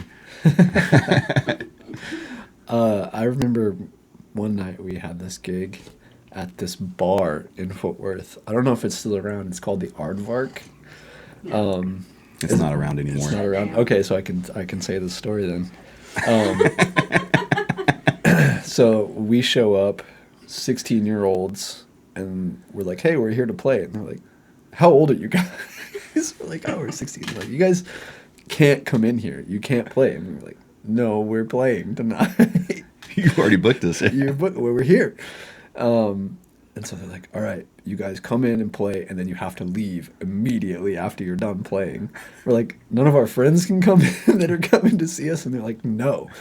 So we play this show on like a Thursday night at the Aardvark. It's awesome. And it was cool. Like the other bands that were playing that night, they were like, "You guys are dope." And we played their little stage, and then they kicked us out right after the show because we were underage. We weren't supposed to be in the bar. But I remember we played a couple things like that where people just had no idea that we were so young. Yeah. And we would go to like house shows in Fort Worth that like fraternities were throwing or something, and they would have like kegs and stuff, and they're like, "You guys old enough to drink?" And we're like, "Yeah." Yeah. Yeah, for sure. And like David's like, I'll take a lemonade. And they're like, you don't want a beer? And he's like, no. It was a good time. I need a glass of milk, please. Have a glass of milk before we play our set. It helps me get in the mood. Yeah, that's fun. So you don't play anymore, really? No, occasionally I'll go home and play along to some songs on the drums, but I don't anymore. I really wish I could. Maybe if I move home, I'll start something again. But I just don't have anywhere to put my drums currently. Yeah. Did you ever try to play guitar or anything like that? Yeah, I mess around on the guitar. I've learned a couple songs, but it like doesn't click in my brain for some reason. It's like really hard for me. Drums don't click in my brain. Like I can play a cajon, but that's just kind of beating to a rhythm. Yeah. But like my drummer, he was like, "Oh yeah, just come over here and like sit." When you have a kit in front of you, I'm like, I don't. What do you do with all this stuff? Completely lost, Yeah. And it's fine. I kind of get down and get a rhythm going, but like play a song. I was I just didn't know where to start. It was very intimidating. So yeah, and I still suck at guitar, man. I still just play 4 chords and sing. That's all you need to know is 4 chords. Well, honestly, I probably never would have picked up guitar, but nobody just wants to hear a person start belting out and singing, because that's what I really like to do. So I was like, probably ought to learn something. Go along with it. Yeah. Yeah. And when I played all the time in the band, I was getting better and learning more stuff and that. And now playing like once or twice a week, I try to learn a new chord, like throw an F in there, and I'm like, my hand's cramping. Like, Jesus. I don't want to blame it on the instrument, but Yeah, it's definitely me. I don't think it's supposed to sound like this. Yes. My notes are all flat. After I play like 6 or 7 songs, my calluses are all smashed down and all the notes are flat when I'm trying to play. And I'm like, this sucks. I just need to put more time into it. You've been riding your bike lately? Man, I haven't in a minute. I hurt my back like 3 years ago, and it's just kind of slowly gotten worse.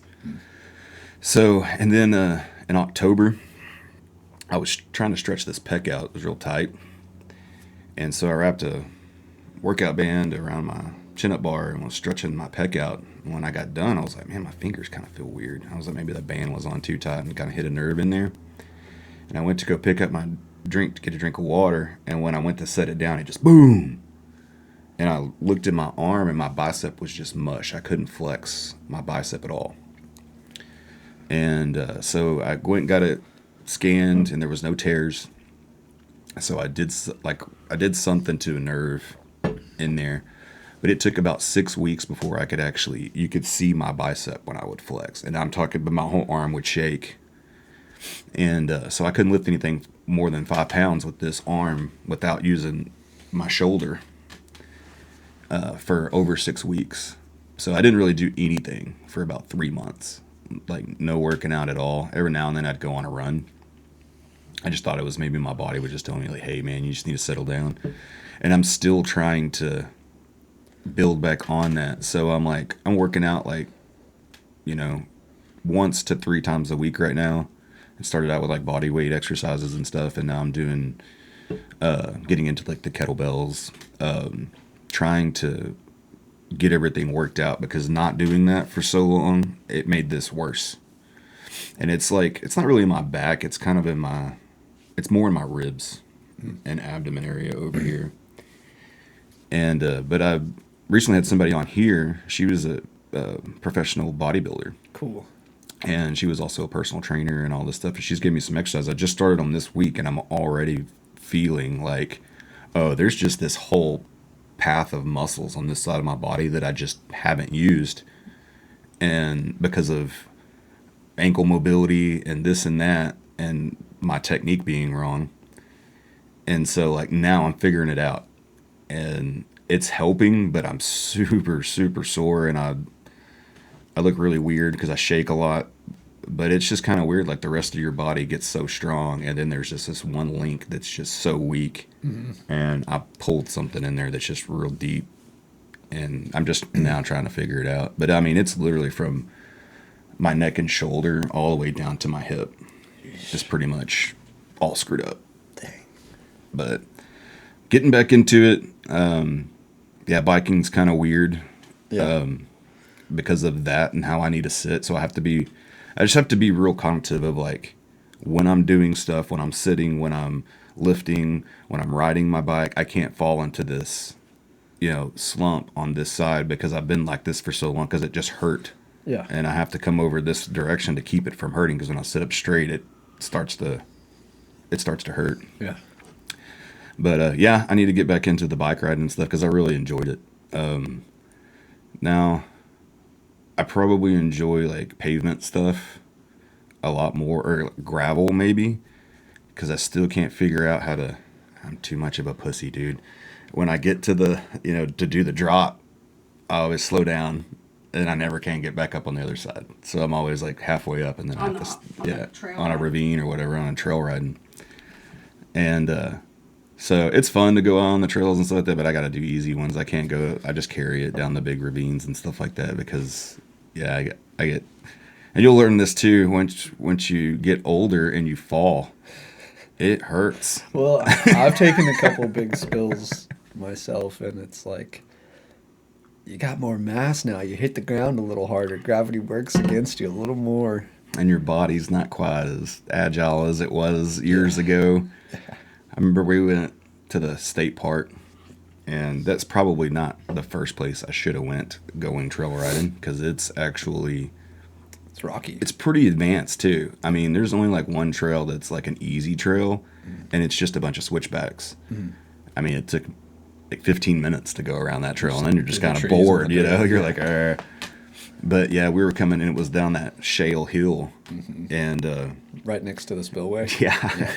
We were coming down that, and man, I just hit a rock just wrong, and it turned, and I just went right over the front. Bam, bam, bam, bam, and I was like, "Oh my god!" I was like, "This was a huge mistake." Yeah. So started going up to Burleson, going where you took me, and going out there. But went out there a few times, but yeah, we just pretty much tried to dodge the main stuff, and then go to the Trinity Trails a lot. Cool.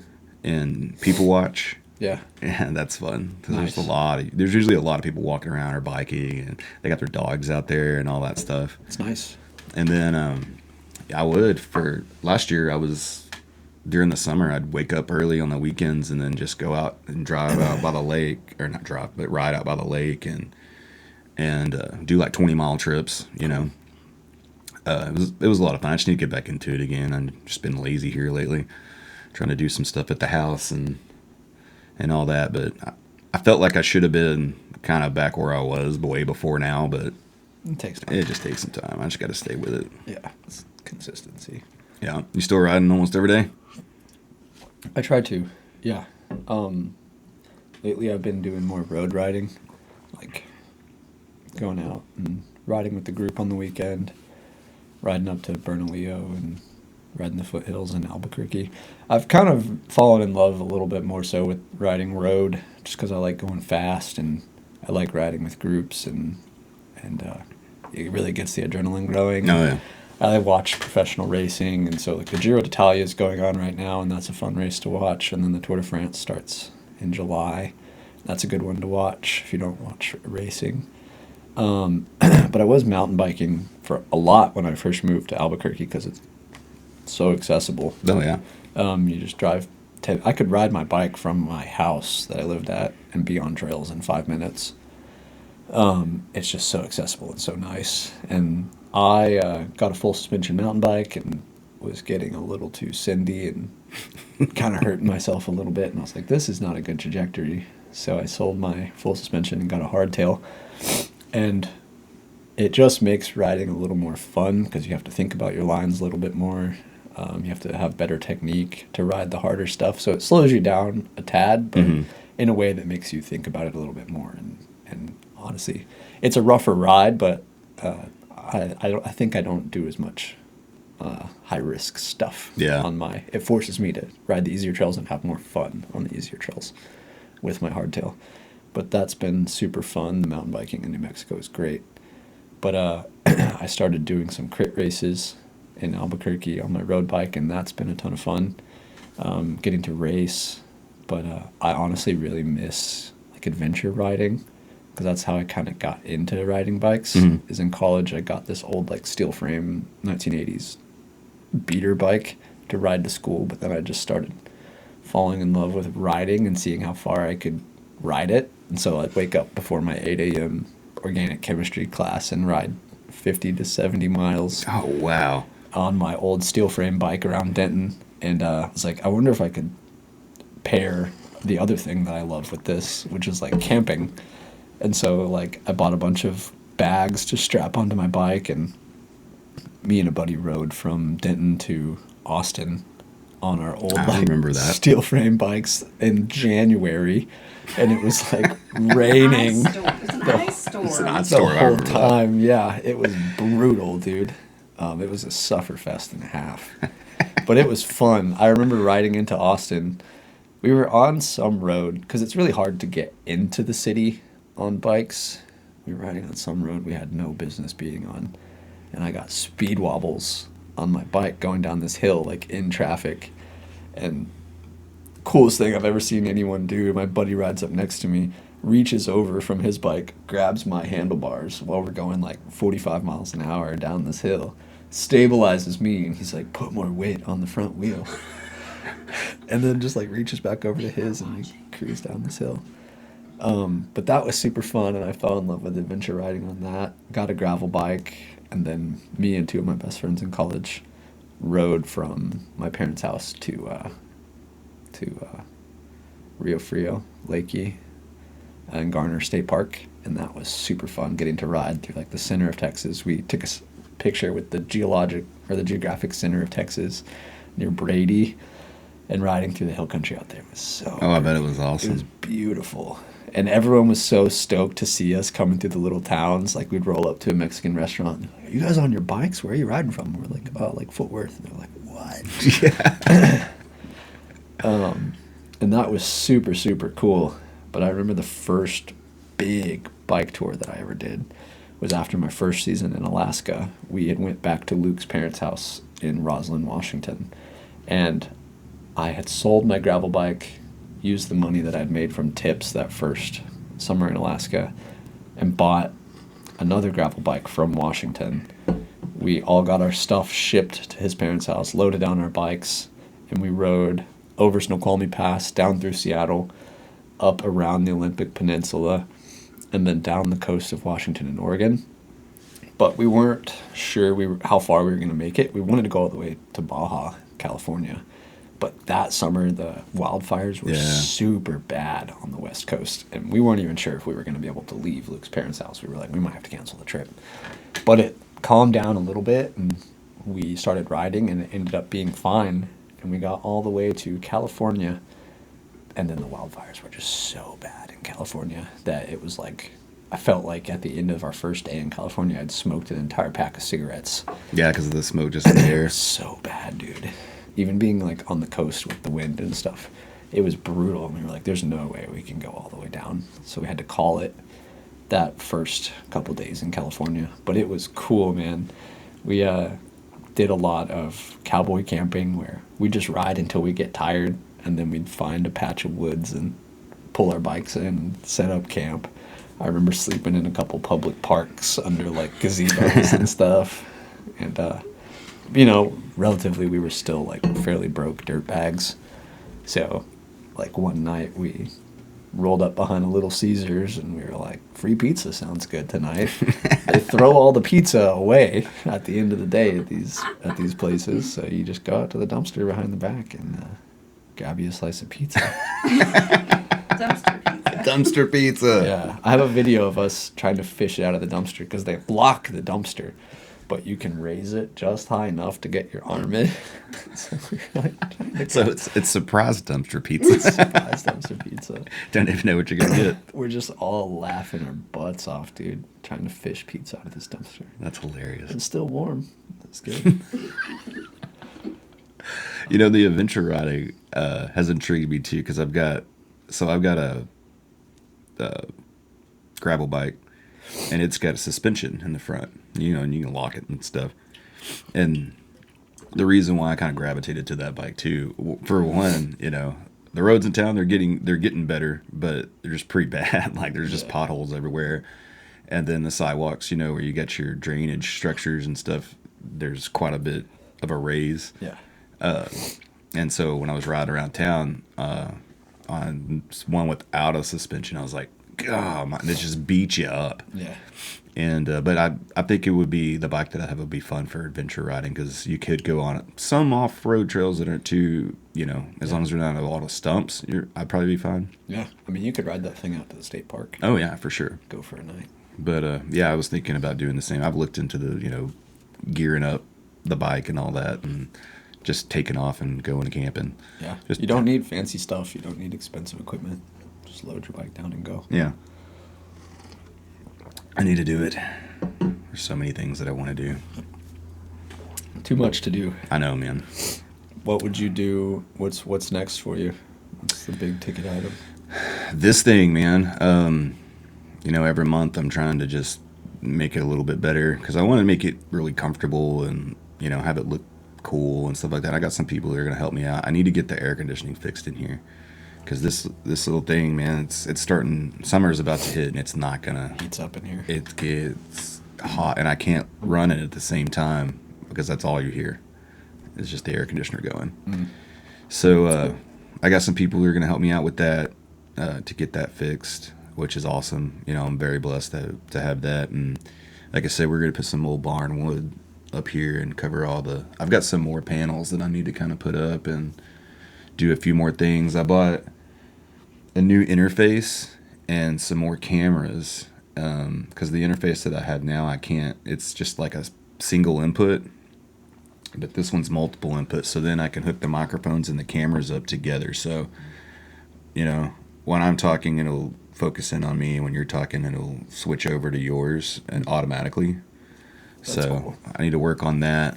But yeah, I'm just kind of buying things here and there as I can to just make this place better and make everything sound a little bit better. Nice. But everything that I'm upgrading with, 'cause I'll eventually get more microphones and better microphones, and I'll take that soundboard and stuff and do like remote podcast. Cool. So go to small businesses here in town, talk to the owners, talk to the patrons and stuff like that, and just kind of do like remote stuff. Cool.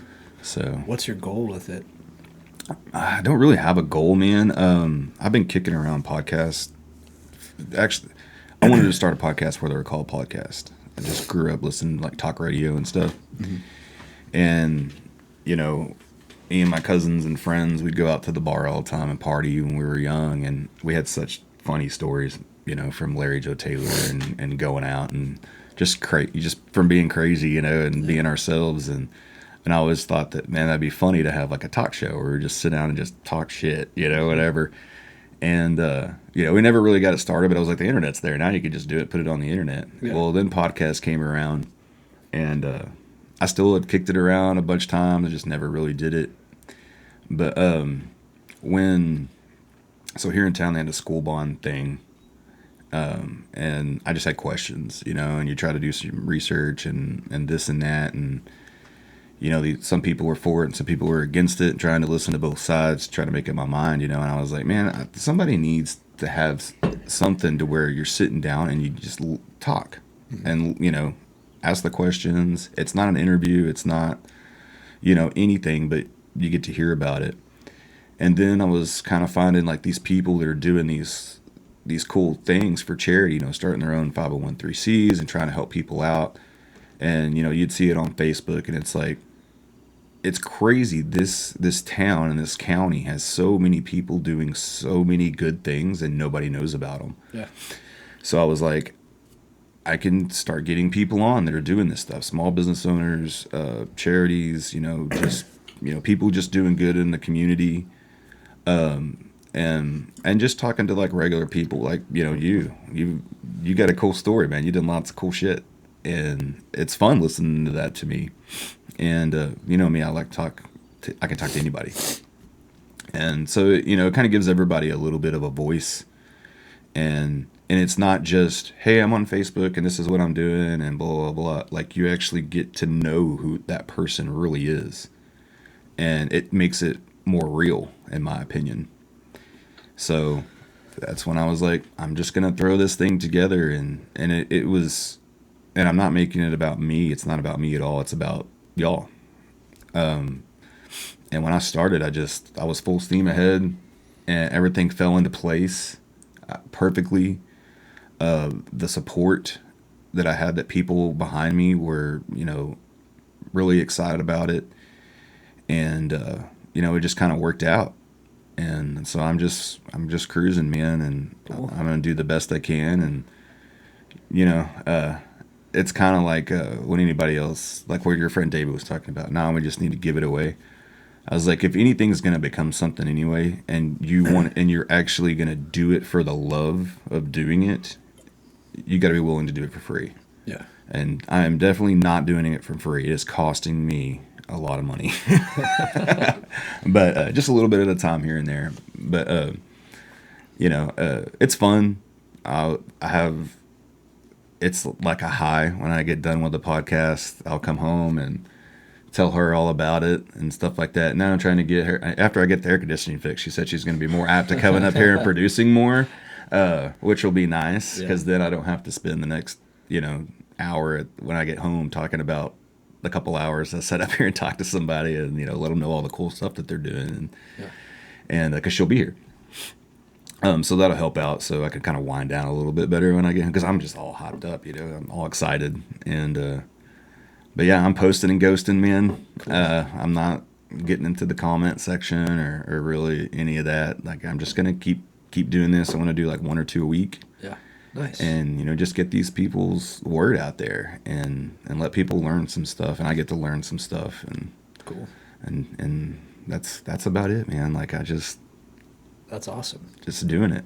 That's really cool. I mean, if it makes money, and I've told her this and a few other people, like, whatever doesn't go back into this, if I ever do make a profit, I'm just going to give half of it away, because it's just going to be extra. I mean, I have a job. I can't talk about it on here, but I have one. And so, yeah, I'll help the people even more that I'm already trying to help, just by getting them on here and talking to them. So that's my plan. Sick. Yeah, it's pretty simple. Yeah. No, that's super cool, man. It's a good thing. But it's fun. I think getting people together and talking and hearing different opinions For sure. and learning about different lifestyles and what people are doing in ways that are benefiting the community helps everyone. 100%.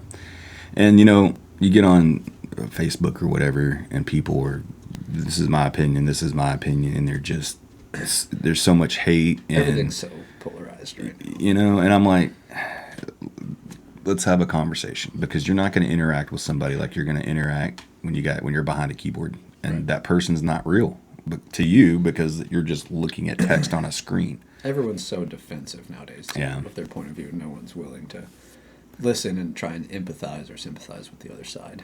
And the only way to get better ideas is to talk about them. Right. Just because they're your ideas doesn't, I know in your own head it's the best thing, but you got to talk about these things and put some logistics to it. Like, does it really make sense? Yeah. And you can't be married to your own ideas. You got to be willing to talk about different ideas with an open mind.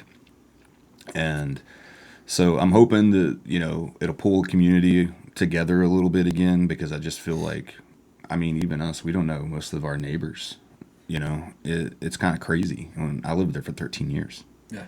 And, it's like I need to do something to try to change that. Oh, yeah. No, I'm the same way. And I feel like coming back here now is even more strange, because this place is exploding. Yeah. There's so many people moving down here, especially with the new Amazon facility opening up. Like, even just last Thursday night, we went out to dinner, and normally you go out to dinner in Joshua, you see people and everyone's friendly and polite, but like, no one's as friendly as they used to be. Everyone stays in their lane, held a door open for someone, they just walked in, didn't say anything. I was like, this is somewhere I grew up, man. Right. Things are different now. Everyone's so tuned into themselves and not paying attention to the world. Mm-hmm. It's strange. It is. So, yeah, I'm hoping that I can change that. One of the first people I had on, his name's Chris Lathers, and he does fishing poles for kids every year. Cool. So this is like his 7th year in a row. He takes donation. He's not a 501c. It's purely just community driven. And we went down to Hewlin Park. That's about a month ago, and we gave out 301 fishing poles to kids. Sick. I sat out there and tied hooks and put their bobbers on and we gave them a bag of corn and go to the creek, fish. Cool. And it was really cool, man, seeing all those people come up and how happy the kids were. Yeah.